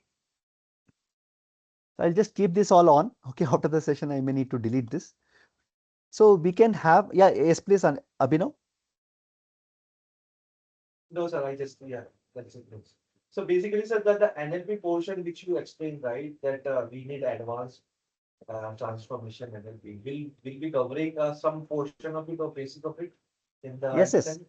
Yes, yes. So NLP, I will be covering to a large detail in the subsequent classes. Thank you.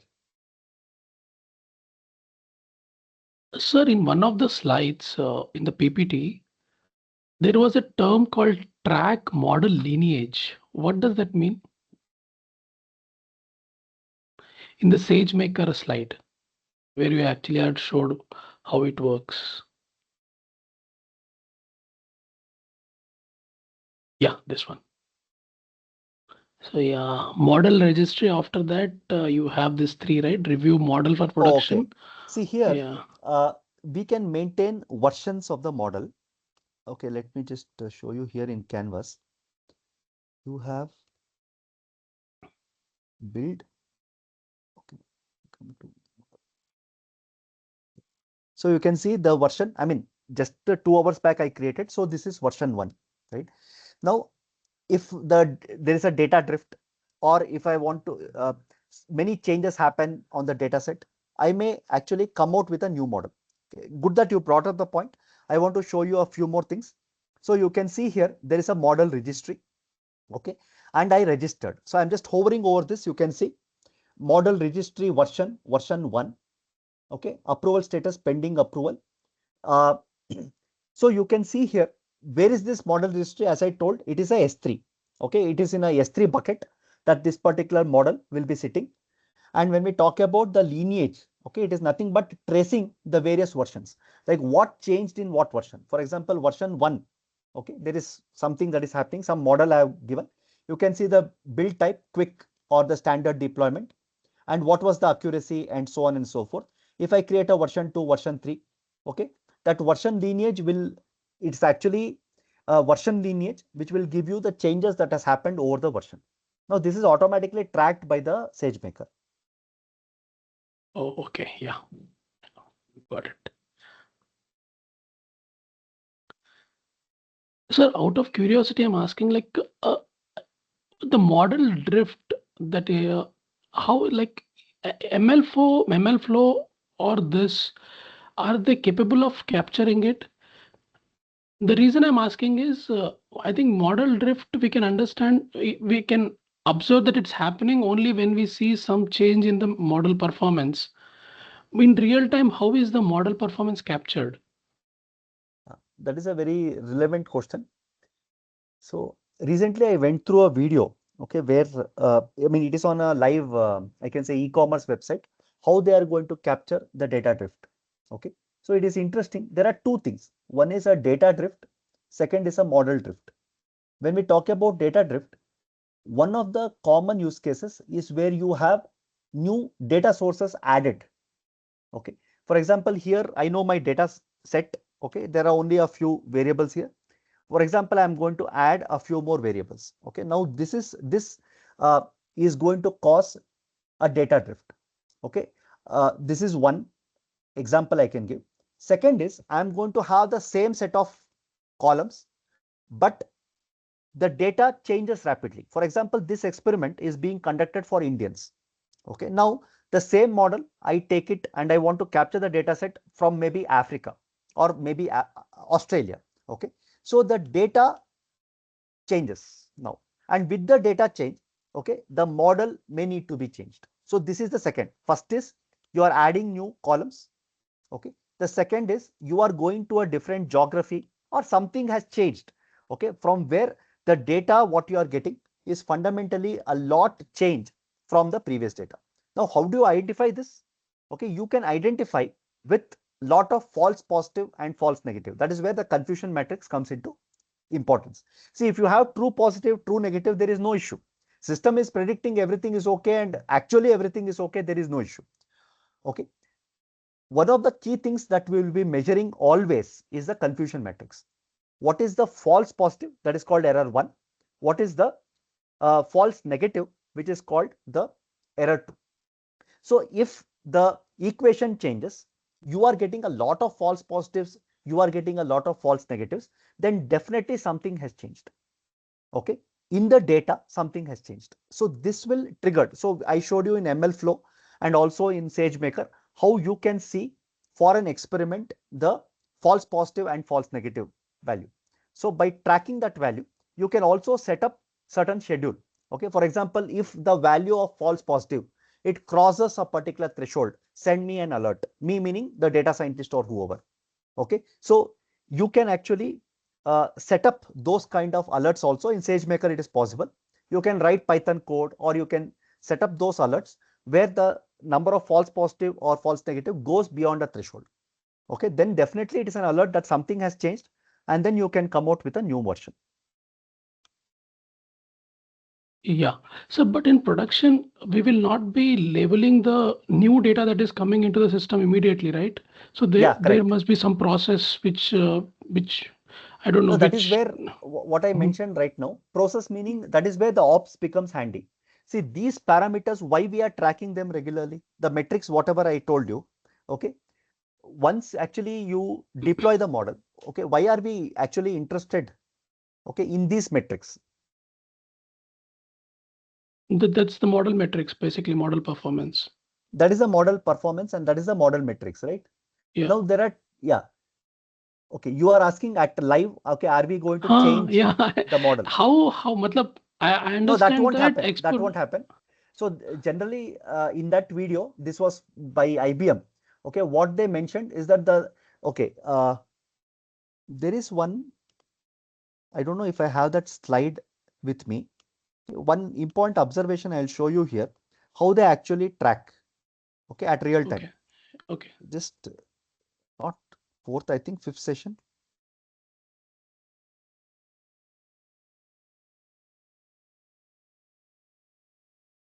Ah, okay. So this is from again the data science video which I showed you long back. Okay, so you can see here the ML model is working based on the prediction data. Okay. Yeah. There is a ground truth. Now this ground truth is what is the actual value. Okay. So every time that a data is coming, okay, of course the ML model is doing the predictions based on its trained model, but you are also going to capture what is called a ground truth. Okay, every time you are capturing, whether it is a database or anywhere, you are capturing the ground truth. You are also using it for monitoring and analyzing. So you may, now this is not, okay, whatever I'm showing here, this is not visible to the end user. Okay, but you are going to apply the same model, what you are applying for the actual data. Okay, rather for the trained data, whatever you are applying, for the ground truth data also, you will be applying the same model. This may be an additional burden, but this is how you are going to track the data drift and then come out. So you are monitoring that 24/7. So you will be able to capture the data drift. Okay, here they show it nicely. Okay. It may be an additional compute, okay, but it is required. Yeah. Okay, sir. Thank you.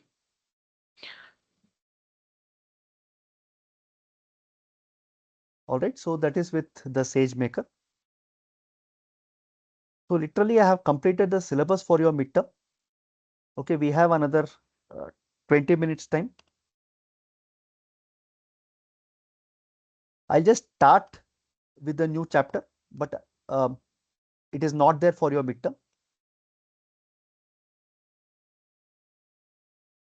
Sir, just a quick thought, right? Since we are like almost close to the 740 mark, so can we like discuss about the exam and then maybe if needed, can we have an extra session post the midsem to cover whatever is pending or whatever was supposed to be covered today? Yeah, that can be done. I think the next 10 minutes, because I mean, I don't want to start anything and then again, Yeah. complete, I mean, have it incomplete. Okay, that is not good. That's fine. See, if I remove the IoT portion and introduce the agentic AI, I think I will be comfortable to complete your syllabus because almost 2.5 sessions I had. And if you see the 16th session was essentially review. So one full session I had kept for review only. Okay, so I think we should be comfortable. There is no issue in that. I will be sharing the sample questions by Monday. Okay, I have not yet prepared the sample question. Of course, your question paper is prepared and given to the ops team, but the sample questions I'll be preparing and sharing with you by Monday. And as I mentioned, okay, these will be application oriented questions, or I can say scenario oriented questions mainly. Just to give you an example,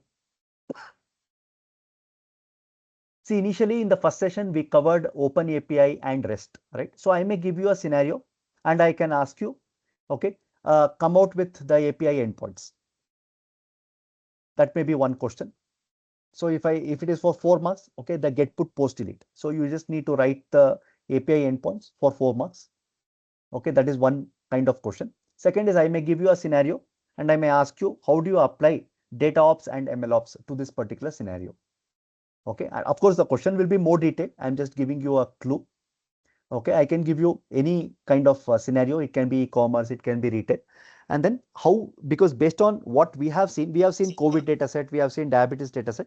So like this, given any scenario, how would you apply uh, data ops and ML ops? Okay, no need of using any tool. I don't ask you any tool, but a general concept. We have seen SEMA today. So given a particular SEMA scenario, okay, how would you apply this particular SEMA methodology? So you can expect these kind of questions. Yeah, because you Got had it. a question. Yes, sir, I got it, sir. Just like, thank you. So just The question applying the will be concepts detailed. that we have learned in the Yes, exam. yes, absolutely. So question will be detailed. I mean, it will be better explained. I'm just giving you one liner. That's all.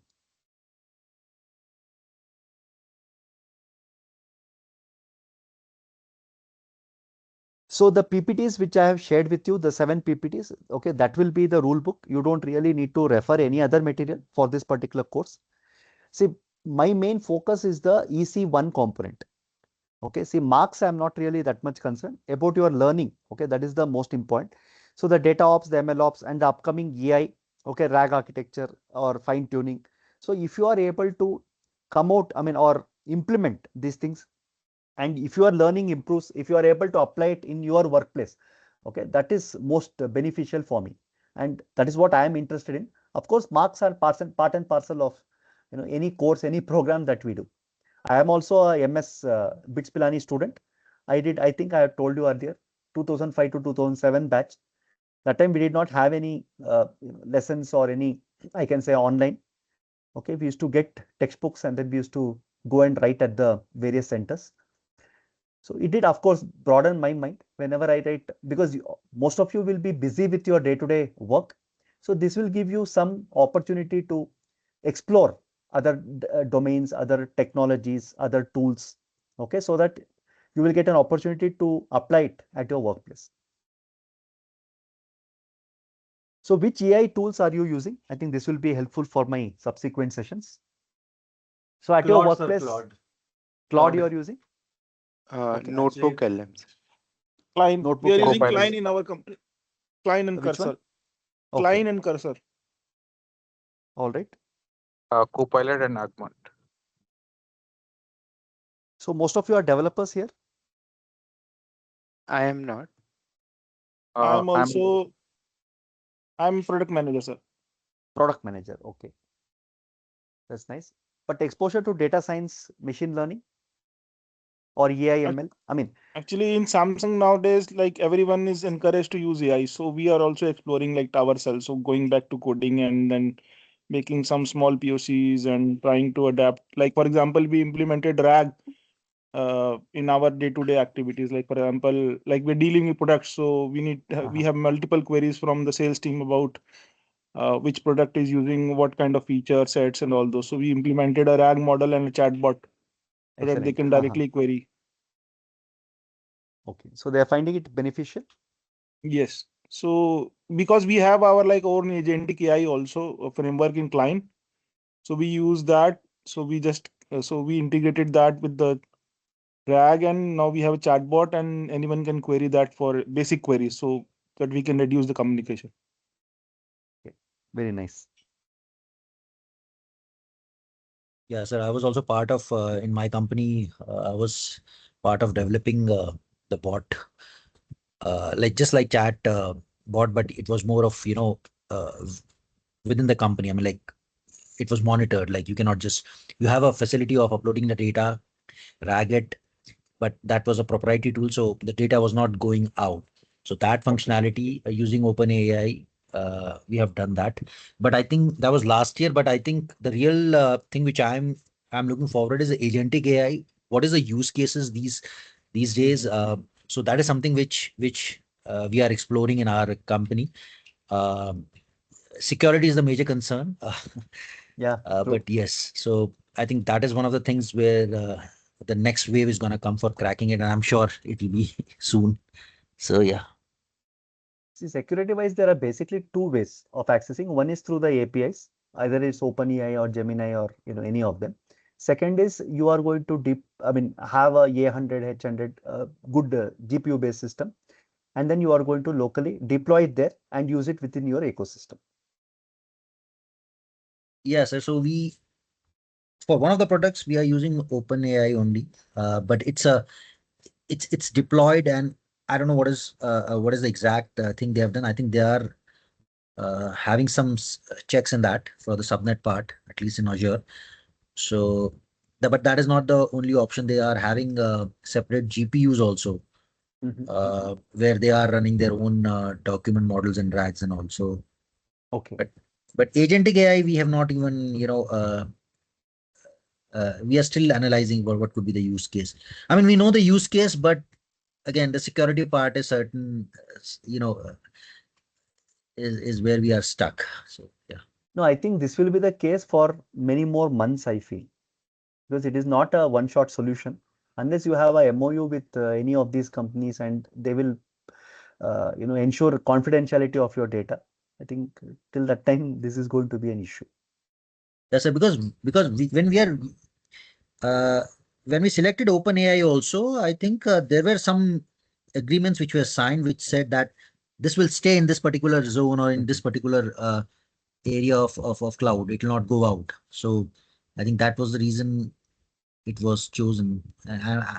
I'm not sure what exactly was the thing, but yeah, the same thing. I think even for the agentic AI, we'll have to come up with something like that.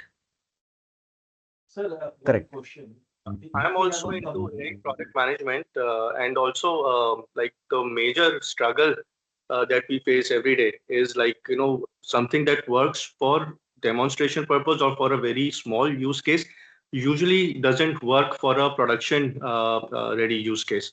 For example, even like if you talk about RAG, long ago we created a RAG solution using Chroma DB and some tools of that time. There were like 200 or 300 documents that were available for that particular use case. But now we have a use case where we have like 60,000 plus documents. All are like multimodal with different images, etc.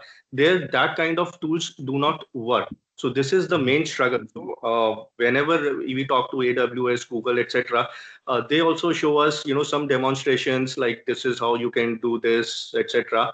But these things do not work in actual use case where the data is extremely huge, the volume is huge, and also, of course, the costing part is also becoming a problem. If the volume is huge, like the business case doesn't cut through in some of the cases. So Yeah, that is absolutely true. Actually, this is the exact course which I am developing. So maybe in March I will launch. It is called SE for ML. I mean, the name may look very simple, software engineering for machine learning, but the whole idea is the one what you mentioned right now. When you are doing a ML experimentation, like a simple RAG model, it will work perfect in Google Colab. But if you want to actually deploy it in a production environment where it is not just the model, it has to work with multiple other aspects and it has to integrate, and where the data it can change from a few documents to a few thousands. Okay, the production model fails. So how do we solve this problem? That is what I'm going to develop the next course, which is SE for ML. yeah, that will be interesting. That will be interesting. I'm looking forward to that. I'm still working on that particular course right now. So And nobody has experience no, like nobody has any experience. No. That because I am in in management, I'm not coding at all. I interview, data scientists, etc. Whenever we have some requirement. Nobody has any experience. They say good things, but later on, like we struggle, like when we want to actually productionize to a large scale. Entire architecture sometimes has to be redone from scratch. The entire tool set, etc. So this is something I think everyone is doing experimentations and demonstration, but correct. to use this thing at a production scale, uh, not much information is available, I think. And the in the second thing, yeah, actually, that's a very valid point. See, this is what is scaling AI workload. Now you are having a AI workload which you want to scale. Here, actually, people are finding a lot of problem, even though it's on cloud and everything is in place. See, scaling the software engineering application, everybody has done that. Like you are dividing your application into microservices, you are correct. deploying it on some cloud, you are able to scale it. Whether there are 100 users, 1 billion users, you are able to scale, right? All the Ola, Uber, or food delivery apps, everything that we see, they have already, they are successful in that. But if you take a proper AI workload, okay, and then you want to put it into production, scale it, and then get some meaningful data because it has to integrate with multiple other facets. This is where we are finding a challenge. Correct. Okay, definitely. I mean, in the next few months, I think, let's see how this will get addressed. But right now, it is remains an open challenge. So another, do you see the Yes, please. organization which are having, because as I explained and it's being discussed, the cost is there, the business case is there. Do you see organization using their compute to build something of their own? Because I don't think all the organization is using so much complex cases for which we need to use that complex models which we have there. In fact, See, that was the case until a few months or maybe till last year. Everyone, so many organizations were trying to build their own solutions, their own co-pilots, and so on. But the problem is, you cannot compete with the Googles and Microsofts of the world. So after a few months, they come up with their own offering, which is much, much better than what you have. So I just gave you an example, a chatbot that we built 2 years ago using RAG. That time, MS Copilot was not, it was a very, very simple use case 2 years ago. That time, MS Copilot was not available in the organization. The moment it came, there was no need to create everything so expensive also from scratch, because you can already start using these ready-made tools, so to say, that are being offered by these big hyperscalers. yeah, so Basically, is it trade-off between cost and the fast-paced development, I guess? How Correct. much you are ready It's to invest and how also, much agile you want to be. in fact, very, very long ago, like initially we started with Llama model, deploying our own LLMs in very big instances, etc., which were very, very costly, even if there was no traffic, even just to do the inferencing. It was like very, very costly. We were using 48x large, etc., those kind of instances to load Llama 2 at that time, I think, 80 billion model. But that was also done because that time in our organization, OpenAI was not whitelisted through Azure OpenAI. It was not whitelisted. The moment it got whitelisted, then it made no sense to use your own model. They cannot compete. Llama and any other open source models cannot compete with these models, that these closed models that are available, like GPT or Gemini and so on, Claude maybe. So no, yeah, this is absolutely. also a Yeah, thing. Sardul, I think that is a common problem and common thing which is happening across the industry from last 1.5 years. I mean, even my company had the same thing.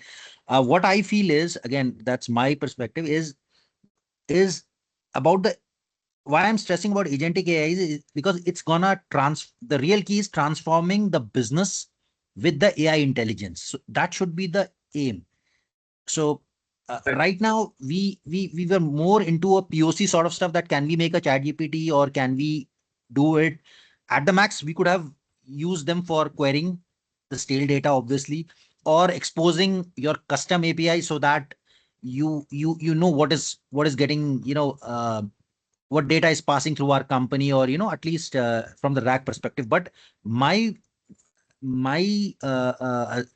what I think is that the real challenge is about transforming your business workflows using this agentic AI and the intelligence, and how easily you can do that. So this is what I feel. I don't know what others See, this is what what I I feel, feel is because the future. Hmm. In 5 year or 10 year down line, I'll see only one thing. There'll be one business owner, there'll be one end user, and there'll be one architect. That's it. Other than Yeah, these that's three it. people, nobody else will be needed. Exactly. In fact, if 1.5 years, few of my applications, I just transformed it. I mean, I was building a use case, to get some resources. Trust me, I was alone. I just transformed it. It's on production. It's purely moved into a new .NET MVC architecture, and it was a legacy application. So that was a use case. So these sort of business transformation is something which I feel will help, and it'll require the business input as well as the architectural input also, and specifically workflows, because I feel people are looking into that. I don't know, like SAP and all those stuff, that transformation part. So that is what agentic AI, I I think, could step in. Correct. And related to this only, sir, just a request, one use case that I come across very often and we still don't, we haven't cracked that. If you can guide in that one. So a lot of agentic use cases, that I come across is like you create the entire pipeline that does something and basis on the data, it triggers certain workflows and so on. One of the thing with respect to the data ingestion, if like for example, if something is required to be scraped from any website, any public website, for example, this is something coming again and again. Of course, I can scrape the entire website once and then use it as my data source and then configure rest of the things. But if something changes on that website tomorrow, it becomes economically unviable to keep on checking and scraping the same website again and again, periodically, be it every day or be it every week or whatever frequency that you wish to configure. How can we know, like, in a big website or like Europa, where, some new guidelines are being published, etc., how we can keep a track of those big websites? If anything changes, only we pick up that particular thing from there instead of scraping and or reviewing the entire website again and again. That becomes extremely costly. If in this use case, if you can suggest something in future, that will be really helpful. See, one point which I have seen is public website, this is definitely a challenge because there is no push model. Whenever something changes, they are going to push to our application. That is not possible. It is always a pull model. So I need to go and then look at it and then see the changes. This is one. But if it is something like Twitter or some public website, but if you, I mean, there it is possible because a few years back, okay, whenever, for example, you are getting your tweets, let's assume from Twitter or X. Okay. Now, if something has changed, okay, that information you can only scrape the information which has changed. So with Twitter, Facebook, this is possible. But I didn't know which other website you are mentioning. Public Well, any website. Any government example? website in the US, like I'm in auto industry. So, like in Europe, there are certain websites where they keep on pushing some guidelines related to carbon footprint, etc., and so on. Very rarely, it will not have, like once in a year there will be any update. But if we want to set up an agentic system that reviews that website, if there are It's any possible. changes and trigger the workflows, how to keep a track of any public external website where we don't have any API, there is no, we just don't know like which section there is an update on that particular external website. I mean, at this point, even I am not aware about any solution, but it is a good use case. I think I can just think about it, Yeah, but I that don't will have any be, solution as such. Yeah. yeah, if at all, like, there is any tool or something that you come across, please, that will be Sure, really helpful. definitely. If others have a solution, you can discuss, Sure. but I don't have anything right away. Anyone having a SAP related, please let me know. I'm a basis consultant. I'll be happy to implement it my own mind. So Okay. Yeah, SAP has a different, like it's a different continent altogether. Everything is separate there. Uh, they have their own AI, Jews and whatnot. Everything, like, it's a very closed uh, box, I would say. yeah, true. So one day they will bring their own things and then, yeah, every person need to do. And everyone has to follow that if they want to continue with SAP. They're already working on that because, I mean, I teach at SAP. Just about 3 weeks back, one course ended. Actually, 2 years. So do you take courses of SAP also? Yeah. Whitefield, yes. I just Okay, completed oh. about 3 weeks back. Okay. I mean, as a part of this, I mean, this particular bit course or outside? No, I didn't understand. Bits only. I mean, See, because I am a full-time professor and associate dean at BITS Pilani. So I am a full-time faculty. I don't work elsewhere. but sir, BITS does not offer anything on SAP. I was not able to find No. anything. No. We have more than 15 years, we have a tie-up with SAP Labs Bangalore. I'm speaking about SAP Labs Bangalore. It's in Whitefield, right? Okay, so that is dedicated for SAP Labs only, let's say, is it? Yeah. We are running MTech in Software Systems course, a program there. Okay.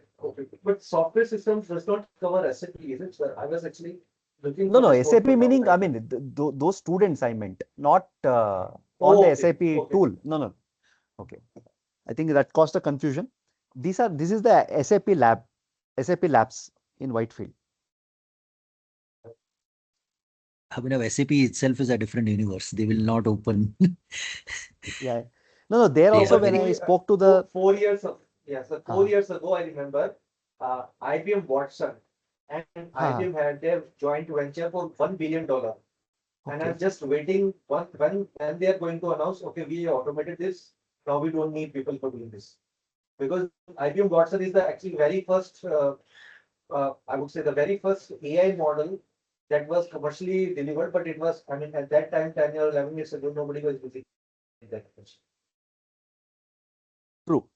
I mean, IBM Watson is very good. In 2018, when I was in Manipal, they demonstrated the IBM Watson for skin cancer. That time I was there, I looked at the demo. They had almost scraped the web, for any detail. You can take any text, I mean, any book, any material on the web. So right from 1600s, whatever material is there on skin cancer, everything is uploaded to Watson. It is trained on that. And it was a very beautiful demo way back in 2018, what they showed. So you are absolutely right. It is but I don't know, 7, 8 years back, nobody really understood, the capability of Watson that time. Now, I think they are, I mean, they are not open, but I'm pretty sure they must be working with directly with the big organization or something. Because SAP and they directly with IBM Watson, one billion joint venture with something Okay. That is interesting. big will come out of it. But especially in healthcare, they have got a good footprint. IBM Watson, many are using.